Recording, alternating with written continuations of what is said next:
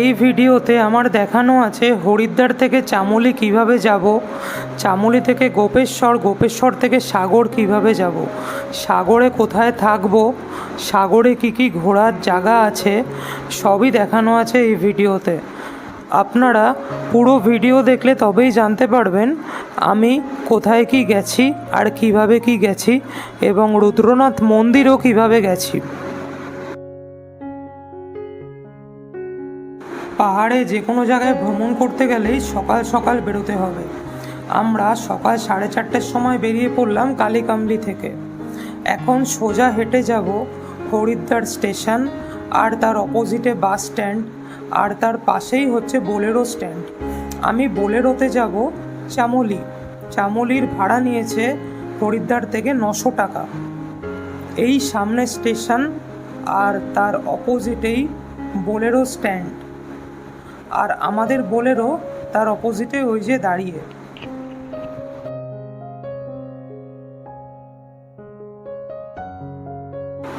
গাড়ি ছাড়ার পর এখানে একটু ব্রেকফাস্টের জন্য দাঁড়ালো। ব্রেকফাস্টে যে যা ইচ্ছা খেয়ে নিতে পারে এখানে। তারপর আবারও যাত্রা শুরু করলাম। এটা কেন্দ্রীয় বিদ্যালয় গাড়োয়ালের।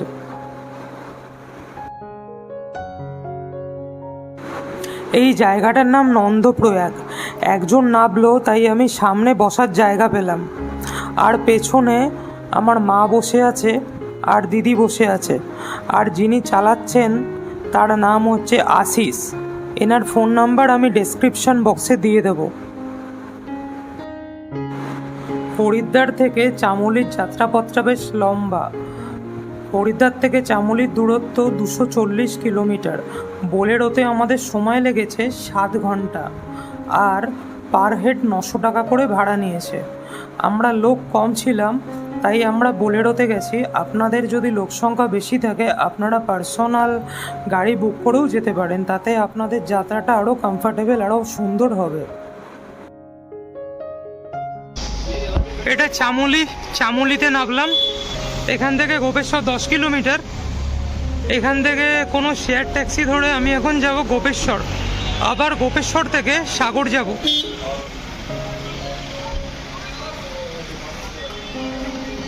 এই শেয়ার গাড়ি থেকে এসছিলাম হরিদ্বার থেকে। এনার নাম আশিস। আমি এনার ফোন নাম্বার আমার ডেসক্রিপশন বক্সে দিয়ে দেবো। হরিদ্বার থেকে চামোলির ভাড়া 900 টাকা, আর আপনারা যোশীমঠ গেলেও যোশীমঠেরও ভাড়া পড়বে 900 টাকা।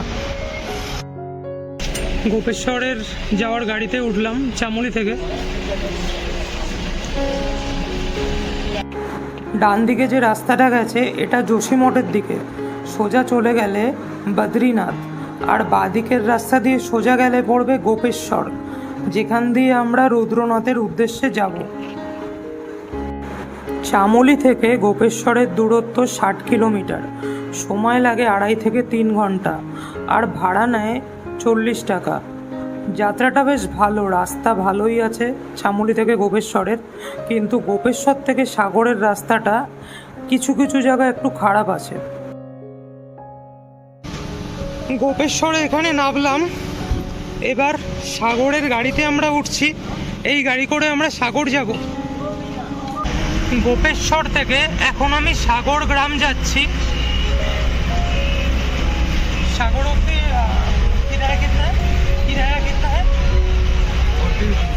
আচ্ছা, গোপেশ্বর থেকে সাগরের ভাড়া 40 টাকা পার হেড। গাড়ি থেকে নেবে এখন একটু গোপেশ্বরের মন্দির দর্শন করে নিলাম। আমি রাস্তার ওপর থেকে দেখছি বলে মন্দিরটা নিচে।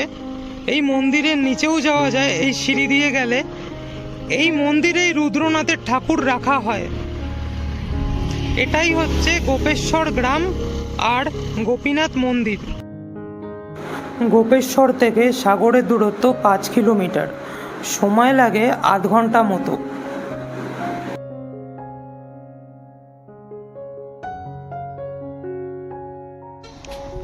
রুদ্রনাথ যাওয়ার গেট। রুদ্রনাথ গেট থেকে একটু পাশেই আমাদের হোটেল। এই যে ক্রিম কালারের যে বিল্ডিংটা দেখা যাচ্ছে এটাই আমাদের হোটেল। এই হোটেলের আমাদের ভাড়া নিয়েছে 1000 টাকা রুম। তো হোটেল রুমও দেখাবো। এই হোটেলটায় আমরা আছি, জাকেশ্বর হোমস্টে। এই হোটেলের ভাড়া নিয়েছে 1000 টাকা রুম। রুমটা এবার দেখাবো।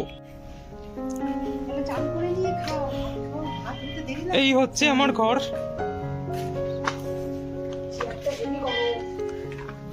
ডাবল বেড, বেসিন আছে, আয়না আছে।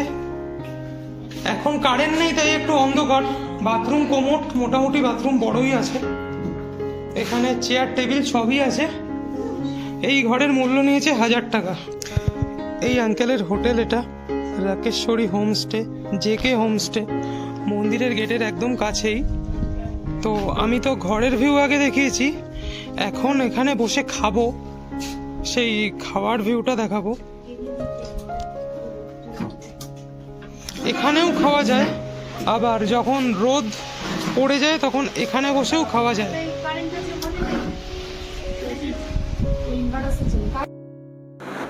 লাঞ্চে খাবার মূল্য 120 টাকা। এখানে দেবে ভাত, ডাল, আর আপনারা যে তরকারি চাইবেন সেই তরকারি দেবে। আমরা আলু চোখা চেয়েছিলাম তাই আলু চোখা দিয়েছিল। তো খাবার খেয়ে এখানে বেশ ভালোই লাগলো। ডালটা বেশ ভালোই টেস্ট ছিল আর তরকারিরও ভালোই টেস্ট। আমাদের হোটেল জাকেশ্বর হোমস্টে থেকে বেরিয়ে রুদ্রনাথ মন্দিরের গেটের অপোজিটেই সকালেশ্বর মহাদেব মন্দিরের গেট। এখান থেকে 1 কিলোমিটার নিচে নামতে হবে সকালেশ্বর মন্দিরের দিকে। তো মন্দিরের রাস্তা পুরোটাই এখন নিচের দিকে গেছে। রাস্তা সুন্দর বাঁধানো, যেতে কোনো সমস্যা হবে না। এখানে প্রাকৃতিক সৌন্দর্য অসাধারণ, এত সুন্দর দৃশ্য আমি আগে কখনো উপভোগ করিনি। এখানে প্রাকৃতিক সৌন্দর্য আর নেচারের শব্দ শান্ত মনে শুনলে এখানে ঘন্টার পর ঘন্টা সময় কেটে যাবে।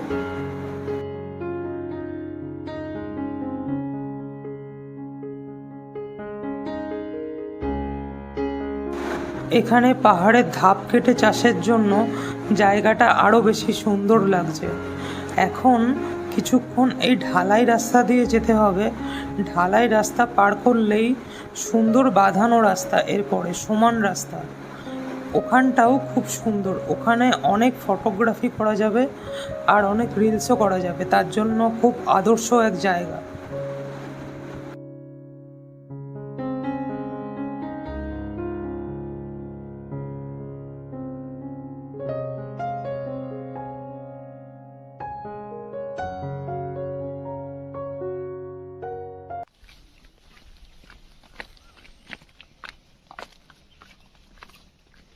খারাপ রাস্তা পেরিয়ে এবার ভালো রাস্তায় আসলাম। এখানে পুরোটাই এরকম পাকা রাস্তা করা, আর জায়গাটা অনেকটা যেন খুব সুন্দর এক পার্কের মতো।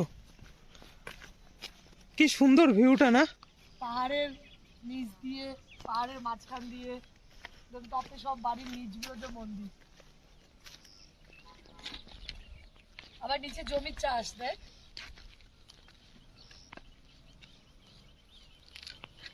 হ্যাঁ, ধাপ ধাপ কেটে চাষ, দারুণ লাগছে।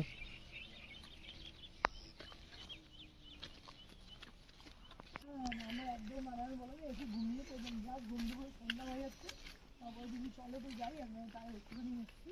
অনেক সিঁড়ি, 400-500খানা সিঁড়ি নিচে এসেছি।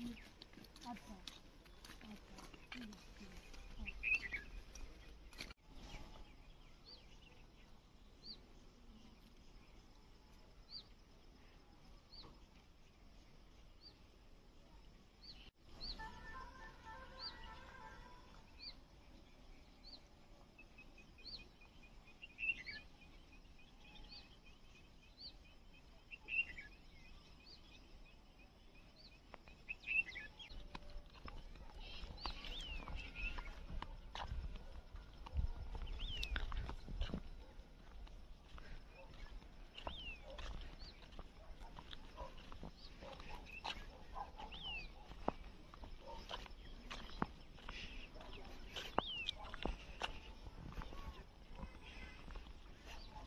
শাকিলেশ্বর মহাদেব মন্দির।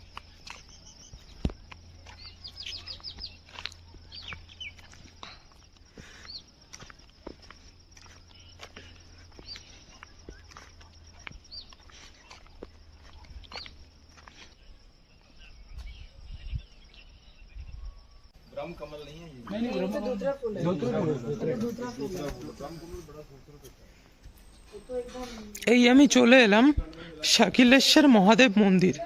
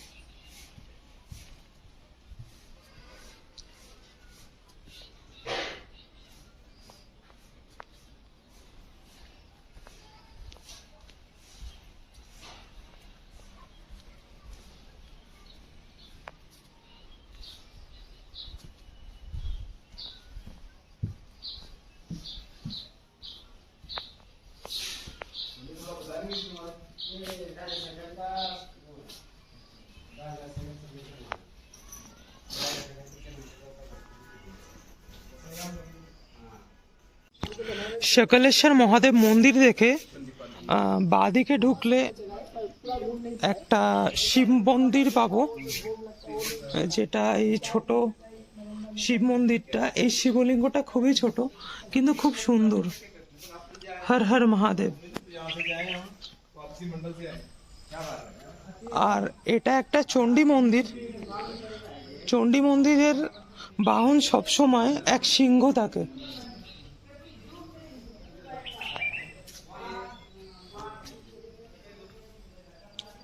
এটা কালীর শক্তিপীঠ, একটা কালী ঠাকুরের।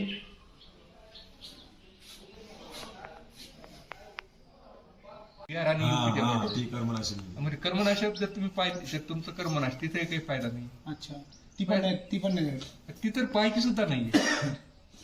त्यामुळे ज्यावेळेस आपण गंगोत्रीतून गंगाजल घेतो, पायी जे जातात किंवा कुणी जातं तर ते तिकडे टाळून इकडून थोडं क्रॉस करून जातं. आणि ज्योतिर्लिंग 12 करायचं म्हणजे खरंच टफ आहे ते. टफ आहे.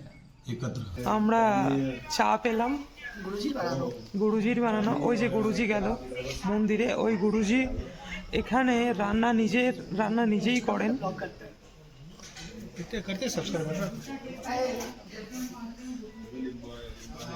এনারা আমাদের সঙ্গে আছেন, এনারাও চা খাচ্ছেন এখন। আর কালকে রুদ্রনাথ আমাদের সঙ্গেই যাবেন। আর ওর যদি অনুসূয়া হয়ে ফেরেন তো আমি অনুসূয়ার ভিডিও দেখাতে পারবো। সন্ধেবেলা এখন একটু এখানে আড্ডা দিয়ে নিচ্ছি কিছু মানুষের সঙ্গে।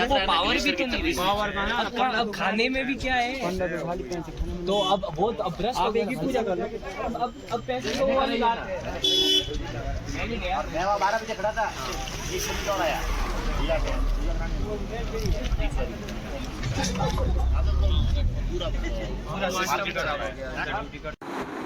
রাতের খাওয়া দাওয়াতে আমরা পেয়েছিলাম রুটি আর সোয়াবিন। রাতে খাওয়ার মূল্য 150 টাকা। খাওয়ার বেশ ভালোই লাগলো।